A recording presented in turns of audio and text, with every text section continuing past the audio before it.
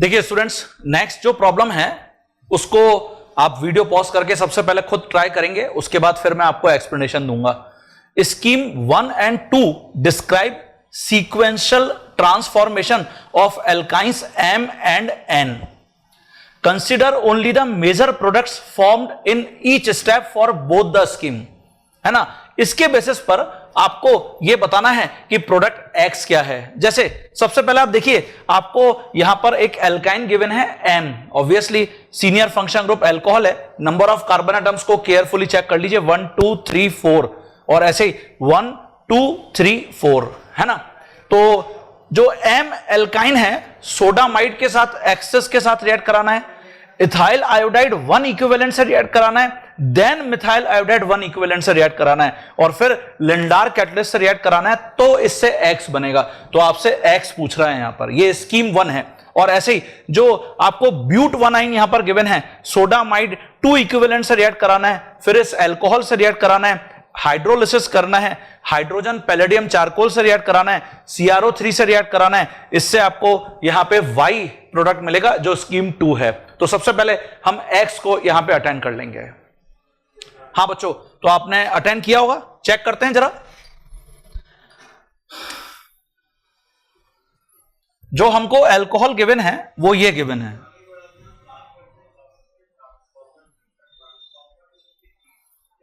अब बेटर होगा कि मैं इसका जो बॉन्ड लाइन नोटेशन है उसको ड्रॉ कर लेता हूं, तो कार्बन एटम्स में कंफ्यूजन नहीं होगा। ये देखिए 1 2 3 4, है ना। तो 1 2 3 4 ये एल्काइन M है। इसको सबसे पहले फर्स्ट स्टेप में सोडामाइड के एक्सेस के साथ रिएक्ट कराने के लिए बोला गया है। तो यहां जहां जहां पर भी एसिडिक हाइड्रोजन है, सबसे ज्यादा एसिडिक हाइड्रोजन तो एल्कोहलिक ग्रुप की है। आफ्टर दैट ये जो टर्मिनल एल्काइन पर हाइड्रोजन है, इट इज ऑल्सो एसिडिक। तो इसका मतलब यह हुआ जो एक्सेस ऑफ सोडामाइड है, 2NH3 यहां से एलिमिनेट हो जाएगी, अमोनिया गैस, और हमको इस टाइप का सॉल्ट देखने को मिलेगा।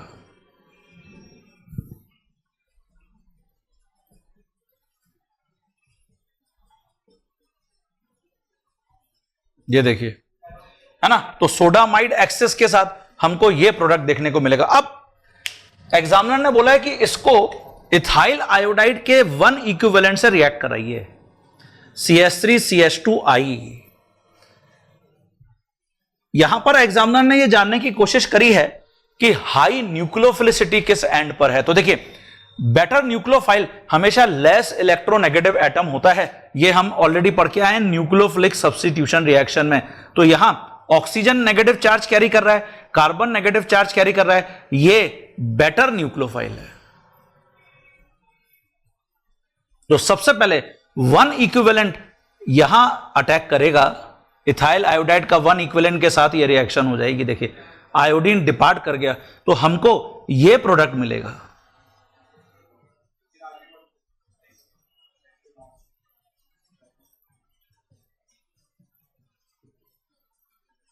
और प्लस NaI सेपरेट हो गया।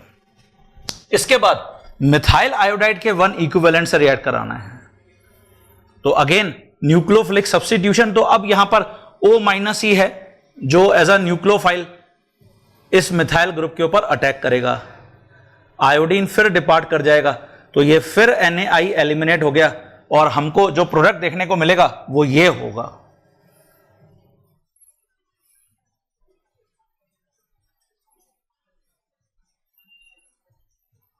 ये देखिए, और फिर इसको लिंडार कैटलिस्ट के कांटेक्ट में लाना है।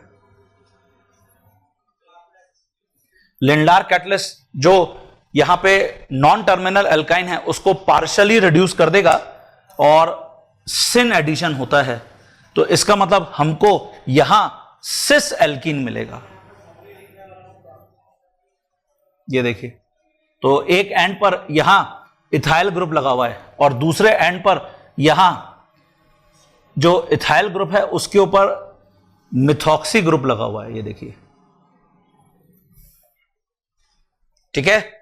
तो ये आपको प्रोडक्ट यहां पर देखना है कि कहां गिवन है। तो ऑप्शन नंबर फर्स्ट देखते हैं, ये इथाइल ग्रुप है, ये भी इथाइल जिसके ऊपर मिथॉक्सी ग्रुप लगा हुआ है, ठीक है, ये सिस एल्कीन है।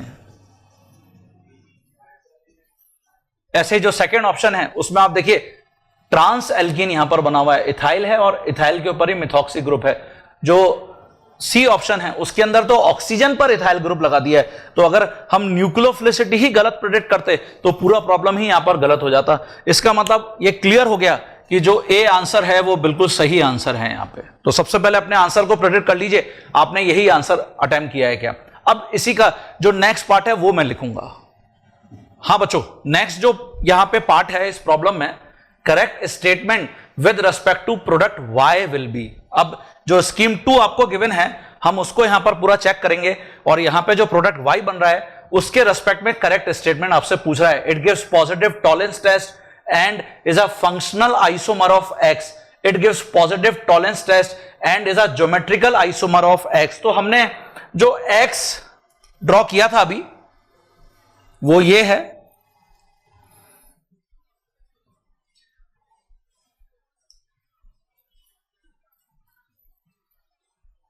ये देखिए 1 2 3 4 5 6 7 C7 H14 O 3 + 2 5 7 8 9 11 + 3 14, तो C7 H14O ये X है। अब मुझे सबसे पहले Y यहां पर ड्रॉ करना है, तो मुझे यहां गिवन है CH3 CH2 C triple bond CH और ये तो ब्यूट 1 आइन है। आपको एग्जामिनर ने इसको सोडामाइड के 2 इक्विवेलेंट से रिएक्ट कराने के लिए बोला है। Because of only 1 acidic hydrogen, यहां जो अमोनिया है उसका 1 मोल एलिमिनेट होगा और हमको यहां CH3 CH2 C triple bond C minus Na+ यहां पर मिलेगा। ठीक है, तो ये तो जनरली यहां पे एग्जामिनर ने कंफ्यूज करने के लिए आपको दिया है सोडामाइड, और सोडामाइड का जो सेकंड इक्विवेलेंट है वो जो अल्कोहलिक मॉलिक्यूल है उसके साथ यहां पर यूज होगा। तो देखिए सबसे पहले तो ये एज अ न्यूक्लियोफाइल।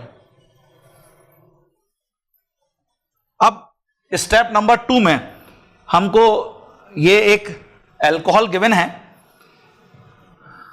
ठीक है, और यहां पॉजिटिव चार्ज है तो न्यूक्लियोफाइल इस कार्बन के ऊपर अटैक कर देगा। ब्रोमीन गुड लिविंग ग्रुप है, ये डिपार्ट कर जाएगा, तो आपको ये ऐसा ऑब्जर्व होगा। कार्बन एटम्स को केयरफुली चेक करते रहना चाहिए।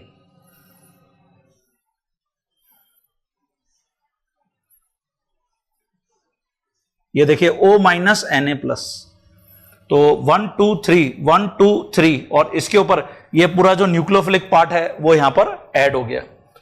इसका रिएक्शन तो यहां पे NaBr को सब्ट्रैक्ट कर देते हैं, इसका रिएक्शन H3O+ के साथ कराना है। देखिए अब इसमें ये जो O- Na+ है ये तो OH में कन्वर्ट हो जाएगा और ये एल्काइन का हाइड्रेशन है, ये हाइड्रेशन ऑफ एल्काइन। और यहां जब तुम एल्काइन के हाइड्रेशन को देखोगे तो इसके अंदर दोनों ही साइड में जब हम H+ दैट इज इलेक्ट्रोफाइल का अटैक कराएंगे तो यहां पर जो number of hyper conjugative structures मिलेंगे सेकेंडरी विनाइलिक कार्बोकेटाइन के ऑलमोस्ट सेम होंगे। तो फिर मुझे ये देखना पड़ेगा कि कहां पर जो +I या -I इफेक्ट है वो यहां पर इफेक्टिव है। तो इसके बेसिस पर हम यहां OH को तो इस कार्बन पर ऐड करेंगे और H को यहां पर ऐड करेंगे। समझ में आ गया सभी स्टूडेंट्स को? तो मुझे इनॉलिक फॉर्म मिलेगा जिसके अंदर फिर टॉटोमेराइजेशन में करा दूंगा। तो देखिए अल्टीमेटली मैं इसको रिपोर्ट कर देता हूं।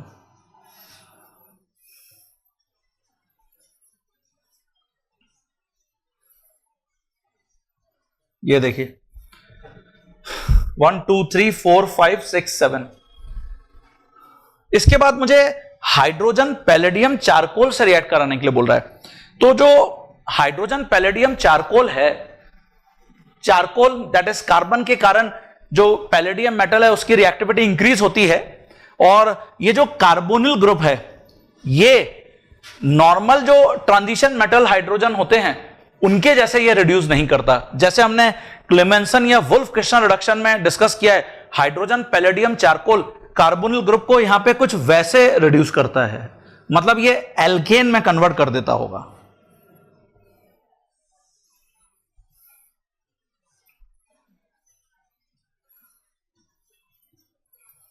ये देखिए, तो CH3 CH2 CH2 CH2 CH2 और यहां OH है, और इसको फिर CrO3 के साथ रिएक्ट कराने के लिए बोल रहा है। तो जो सेकेंडरी अल्कोहलिक ग्रुप है वो यहां पर ऑक्सीडाइज होके कीटोन में कन्वर्ट हो जाएगा with the help of CrO3। ठीक है, तो तुमको जो प्रोडक्ट यहां पर देखने को मिलेगा 1 2 3 4 5 6 7 CrO3 के साथ ये हो जाएगा हेप्टेन 2 ओन, मतलब एक कीटोनिक ग्रुप है। और हेप्टेन 2 ओन का अगर आप मॉलिक्यूलर फॉर्मूला चेक करोगे तो C7